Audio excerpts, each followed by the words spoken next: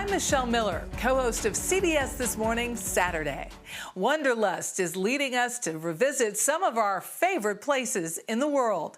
We first traveled to the 100-year-old Zion National Park, a stunning sight to behold. Jeff Glore takes you on a tour of the park's epic trails, climbs, and river walks in southwest Utah.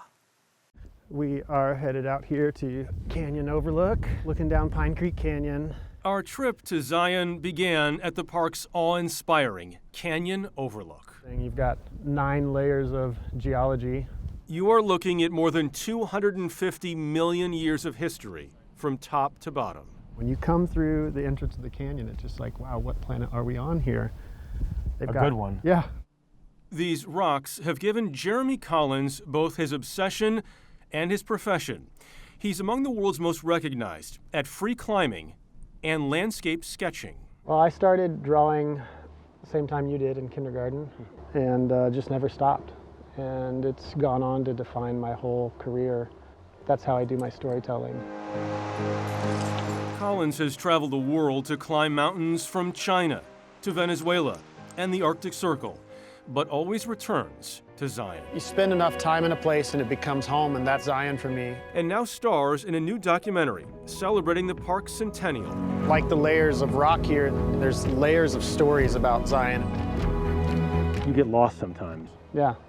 Yeah, you go into the zone, the world disappears for a minute. And I think anyone wants that experience. These days, more than 4 million visitors come to Zion every year looking for some version of the same experience. They follow Zion's scenic drive, hike to Angel's Landing, and walk the Narrows. I'll spend time working in the visitor center, maybe some time roving trails. Park Ranger Darcy McKinley Lester started walking us to her favorite spots, the Emerald Pools. You just got to be careful of spines. Along the way, we found a snack. All you got to do is A little prickly pear. cut it, split it open, and then once you get the skin peeled off, You have you've got breakfast. this beautiful fruit on the inside there. Reminds me of pomegranate and strawberry. Want some more? Yeah, I do. And this is it, my favorite spot, right up here.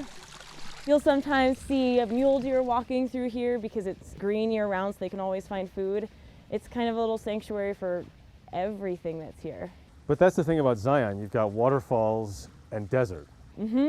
Yep, you have these 2 ecosystems meeting up, and so you can also look up or look out and you can see more of the desert, but right here, you're in that little oasis of water that you don't always find in a desert landscape. That water from the Virgin River carved Zion's epic canyon. But this area wasn't well known until 1904, when this painting was featured at the World Fair in St. Louis.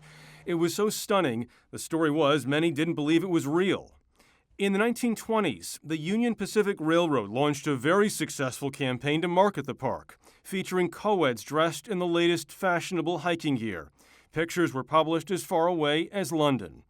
A tunnel that allowed far more to access the park was completed in 1930. A shuttle and tram system was introduced in 2001. You guys are obviously going somewhere that we are not. We're probably going the same spot, just a different way. There is no tram that goes to the places Jeremy Collins prefers. I'm going to follow your route. This can get pretty mean in the spring. I would imagine doing this when it's rushing. Oh yeah, grabbing at your knees.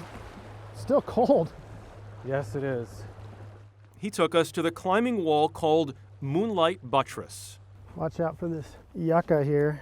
Oh, yeah. It looks mean.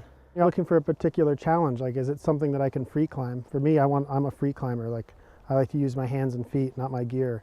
When climbing is your passion, an opportunity like this can't be passed up, although this one wasn't necessarily park approved. Dude, be careful. You just can't resist, huh? Well, if I'm not going to get to climb while we're out here, at least I can stress you guys out.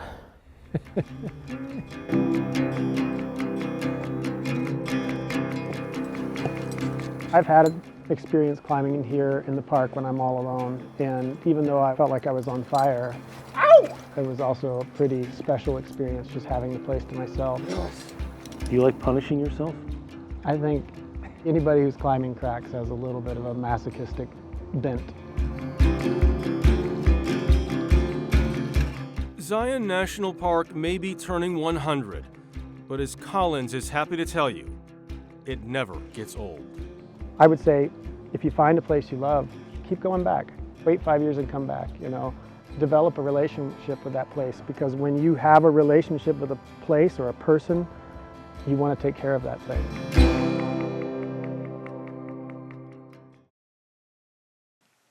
A train that brought settlers and prospectors through the American frontier almost a century and a half ago is still chugging along, taking railroad enthusiasts and fascinated tourists on a unique journey through the American West. Barry Peterson shows us how the passion of a few people helped the railroad survive. This was once the sound and fury of the West. A wilderness conquered by steam and coal. And in this remote part of Colorado and New Mexico, on the Cumbres and Toltec Scenic Railroad, steam and coal will take you to the West that was. So this really settled the West, these railroads. This settled the West. Mm-hmm. Exactly. And do we see what it's like today? We'll see the world as it existed 140 years ago. John Bush is president and general manager. No paved roads, no power lines, and no parking lots. This is essentially a time capsule of 64 miles of 1880. And once you get out of town, it is the authentic West. Not the Hollywood West, but the real West, the way it actually was. Cell phones, smartphones. None of that stuff works as soon as you get out of town. Its roots go deep, built to bring prospectors for the silver and gold rush of the late 1800s. Taken over in 1970 by people who wanted not just to preserve it, but to give others a railroad experience from a century gone by. All for tickets ranging from $100 to $200 for a 6-hour trip. People begin to slow down. You know, we see the West here at 12 miles an hour. And for a long time. Retired chef Chris Carlton of Corpus Christi, Texas, saw much more than just scenery. When you look out across this countryside, do you think you would ever want it to come across this thing in a horse or a wagon? You know, it gives you a really thoughtful mind of how those people made those decisions back 100 years ago. What made them come this way and obviously endure what is just unbelievably splendid, dangerous, fantastic country. In its time, the steam engine was the peak of high tech, the 1800s version of the 747 or the space shuttle. You look at a computer now and, well, some wires go in or some signals go in and some stuff comes out, but you can't tell how it works inside. Here, if you look at a steam locomotive, oh, this rod is hooked to that piston, and when that moves, then this turns, and when that turns, then this does that. And you can walk yourself through it. Those who drive them say they have the rhythm and the soul of a living thing. For 24 years, Carlos Lamas has been an engineer, the job millions of children have dreamed of doing. Hundreds of people wish they could do this. We do it on a regular basis. It really is the coolest thing on the planet. It really is. And when you make this thing move, you must feel like you're king of the world. Yes, I do. I believe I'm king of the world. And the railroad is also an economic engine for the area, pouring $15 million a year into the local rural economy, with jobs on the train, fixing the rails, and refurbishing old cars for a new career back in service. It was watching trains and steam engines as a child that captivated John Bush for life and made him jump at the chance of taking over here 7 years ago. And how many of us can say this? When I first started doing this, I actually wanted to do it enough that I finally got to where I found it boring. That never happened. That never happened. It is still fascinating, and for me, it's great. I've literally gotten to get paid to do what I wanted to do.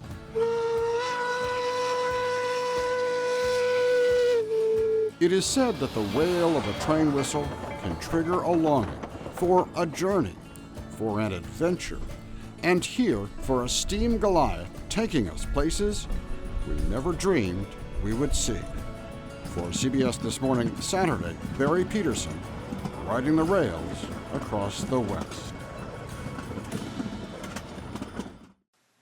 In parts of Italy, homes are practically being given away with a price tag of €1. That's right, but the deal comes with a catch. Seth Doan takes us to Sicily. It's house hunting for the brave. The condition is, it's like you can see, it's not the best one. But Justina Sparka, who's from Poland, came hoping to find a hidden gem. There is a lot of original elements, like flooring. Flooring is beautiful here. Yes. And while some of the decorations or details may not be ideal, at least here the price is right. In Musomelli, a hilltop town in the heart of Sicily, houses are selling for €1. Even with an unfavorable exchange rate, that's about $1.20. So far, the city has helped sell about 100 of these houses. I'd want to go to this house. A castle. And they have 100 more to sell. We have this house, for example. The goal is to revive the rundown center of this remote town. That's another €1 house. This is a €1 house. €1 house. The 22 is a €1 house. Another one there. Yeah, another one. Tati Negrelli manages the program. The house become yours, so you can do everything you want with your house. You can sell your house, you can make a shop, you can make a B&B, a hotel. The fine print, you have to fix it up within 3 years. If someone owns this house, why would this person sell it for €1? Because in Italy, if you have more than one house, you have to pay a lot of taxes. So they prefer to sell houses and not pay taxes. The houses need a lot of work, more than many existing homeowners want or can afford to do. But it's a different calculation for foreigners. The woman who bought this house lives in the San Francisco area, and she's become a sort of ambassador to this place. Now, a number of her friends and family are buying here too. We reached some of them by video chat in San Francisco. Did you all think that you would be homeowners in Sicily? Never. In all, Rubia Daniels convinced friends and family to buy 13 homes in Musomelli. What was the pitch, Rubia? Good food, good wine, good coffee, good gelato. So it wasn't very hard to convince everybody. They explained even with about $3,000 in closing costs and tens of thousands in renovation work, it's still a deal.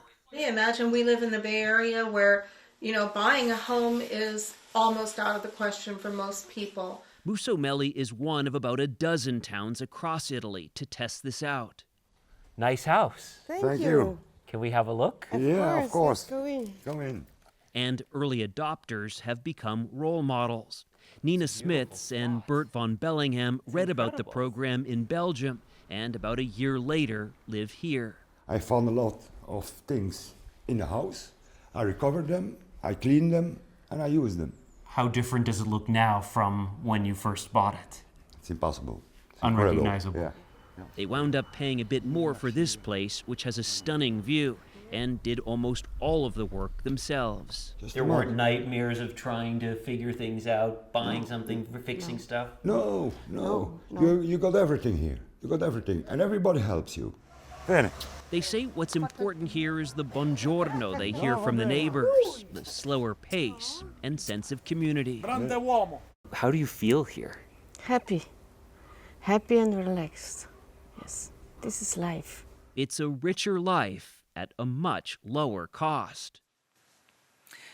The New York City subway system grew from a single 9-mile line to more than 800 miles of track and 472 stations. But the system has a secret. Chris Van Cleve got a key to open its doors. Our ride back in time starts at the Brooklyn Bridge subway station as we board this 6 train. Stand clear of the closing doors, please. Next station stop, 1904. The New York City subway opened to huge fanfare. Stretching 9.1 miles, it boasted 28 stations between South Manhattan and 145th Street, costing $35 million, or about $972 million today. Construction was completed in just 4 years. This is a station by design unlike any other? Absolutely, by design. This is this beautiful, we call it the jewel in the crown. Polly Desjardins is a subway historian who joined us on the short ride to that crown jewel, the long closed and largely forgotten City Hall subway station, New York City's very first subway station. So this was truly the only station that was designed by the architects. They were employed at the Cathedral of St. John the Divine, and they brought those church sensibilities downtown. In fact, I've heard this station be referred to as the chapel in the round. It was from here Mayor George McClellan drove the city's first subway car uptown. The station featured electricity, a rarity in 1904 New York, chandeliers, yes, chandeliers, sweeping tile arches with vaulted ceilings, and stained glass lit by skylights. The sculptor who made these plaques would go on to carve Mount Rushmore. 115 years later, the station shows its age. Much of the stained glass is broken. Its ornate ticket kiosk is long gone. So are the benches. But it remains remarkably regal. You are standing in the beginning of it all. Conchetta Bensavega runs the New York Transit Museum. When the subway first opened, it was this sort of just incredible spectacle and this truly an engineering marvel. And very shortly thereafter, it became a habitual necessity for New Yorkers. But surging demand doomed the City Hall station. The platform was built for 5-car trains, not 10. Its one track meant no express trains. And when a third door was added to subway cars to move more people through, the curved platform became a problem. It left quite the gap to mind. In 1945, the City Hall station closed to the public, and this crown jewel turned into a bit of buried treasure. What is above us? New York City Hall. I think it's the parking lot. People are walking above this station every day. Oh, they have no idea. In that sense, it is abandoned. Nobody knows it's here. Hollywood isn't even allowed in. Wow! But the station is said to have inspired the home of the Teenage Mutant Ninja Turtles. And this is the computer-generated version of it from the Magical Beasts movie. While locked away from passengers, trains still go by this majestic ghost station. It's very loud.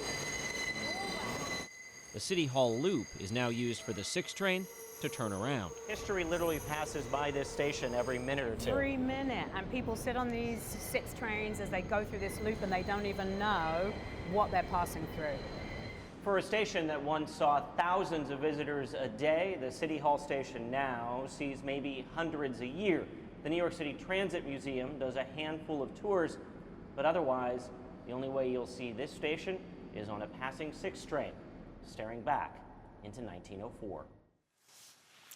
In Mexico, one chef is bringing the traditions of Mayan cuisine to the forefront at a luxury resort. And it isn't just about food. They also have the largest tequila collection in the world. We visited them on Mexico's Yucatan Peninsula.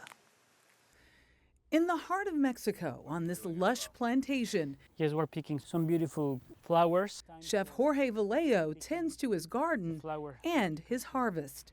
Whether grown in the earth or in these ancient planters, it all supplies the bounty of his new restaurant, Ixchin, which means corn in Mayan.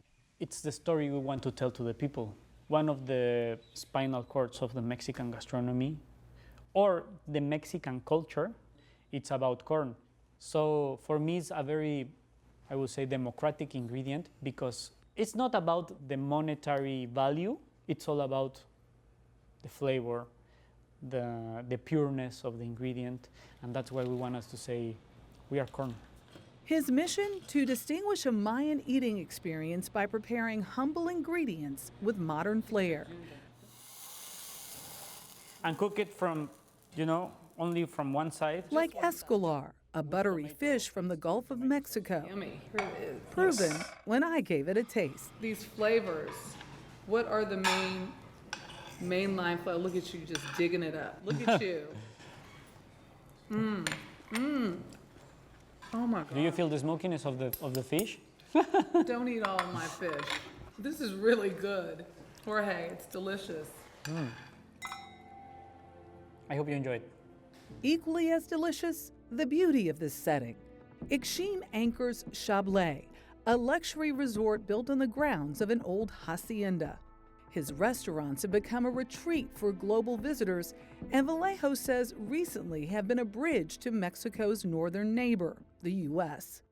I will say 90% of the people that comes into the restaurant are not Mexicans. Actually, we have to give English lessons to our waiters because probably out of that 90%, 60% of the people are Americans.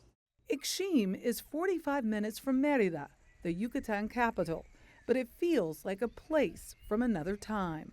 So this was actually the factory where they made the sisal. But a 19th century plantation that once produced rope now provides relaxation for its customers and employment for the local community. So much of this area is influenced by Mayan culture. It is. It's all about Mayan culture. The people still now these days, they are very proud about their culture. They are very proud about being Mayans. They are actually the ones that keep the tradition. They're the ones that keep the flavors. They're the ones that keep the environment. Mexico is not one thing. If you go to Oaxaca, they have their own traditions, their own flavors, even their own past. It's different. An African influence. Yeah. His own food story started early. I heard that when you were a kid, instead of toys for Christmas, you would ask for roast chicken. I can eat chicken and rice every day. I have a 3-year-old daughter. Probably the kids are the most wise people in the world because they live now, the present. For me, being a cook or serving people, it's about that. That kitchen-obsessed kid who had trouble concentrating in school decided to give cooking a try. I was just in my own world. I was lucky enough to find something that I can lose myself, which is cooking. But Ixim also quenches a thirst for another ancient tradition. Tequila was born in Mexico, in Tequila, Jalisco. Luis Ronzon and Luis Alberto Flores Muñoz are experts in tequila. You don't need to pour that much, but that's a lot for me. Ixim has the largest tequila collection in the world, 3,800 bottles strong. Its oldest, the Jose Cuervo, which has been around for 240 years. If you want to try a sip, just a little sip. Just a little one. Our Mexican dish would not be complete. Fire. Without a lesson in the proper etiquette of tequila sipping. Because tequila, like the cuisine here in this pocket of paradise, is to be savored. Oh, wow, that's very smooth. Tequila may be really high quality spirit that you can enjoy just as you enjoy cognac. For Chef Vallejo, the way to honor his Mexican heritage is to bring that Mayan cuisine to the world stage. And that's what we want to showcase here in the restaurant, the pureness of the ingredients, but how it really works in a luxury ambience. Mission accomplished. Because Quintanil has been rated one of the top restaurants in the world. Yes. Am I wrong about that? No. Why are you looking surprised? No, I feel, very proud about what we achieved already. I'm just, as I told you, I'm still learning. I'm still wanted to do more. So for me, of course, it's, as you're saying, mission accomplished, but still not finished. You can find more stories like this on CBS This Morning Saturday every weekend. And join us for live news coverage 24/7 right here on CBSN, available for free across all platforms. Thanks for watching. Take care. I'm Michelle Miller.